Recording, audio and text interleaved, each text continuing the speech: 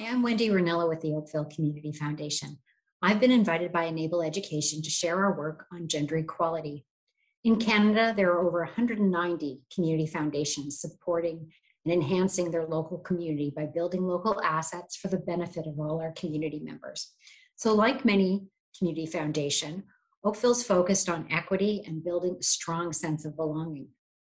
Oakville has a vision aligned to the United Nations Sustainable Development Goals to be a community where no one is left behind. One of our strategic plan priorities is to reduce inequalities in our operations and in our community. We've got a strategic plan priority that includes a reconciliation, equity, and anti-racism statement and action plan that touches on all aspects of our work, our programs, our policies, and our operations. And for gender equality, what this means is we look at this in terms of our board and our staff demographics. We've even looked at our investment strategies like gender lens investing. And we're also focused on organizations who we support through granting. We've been participants in the Equality Fund and offered grants to women-led organizations, as well as we also offer a top-up to our annual matching program to gender equity and BIPOC-led organizations.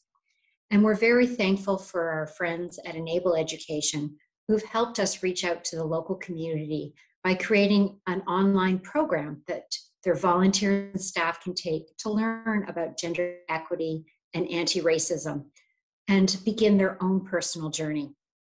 So Enable Education's been helping us move our whole charitable sector in Oakville towards greater understanding of diversity, equity, and inclusion with a gender lens. And one of the great speakers on this Enable Education program is our Community Foundations of Canada President, Andrea Dix, who's a great champion of gender equality, and she shares her views on gender diversity and equity. So I'd like to say thank you to Enable Education for helping us assist in making our community more inclusive and equitable. Thank you.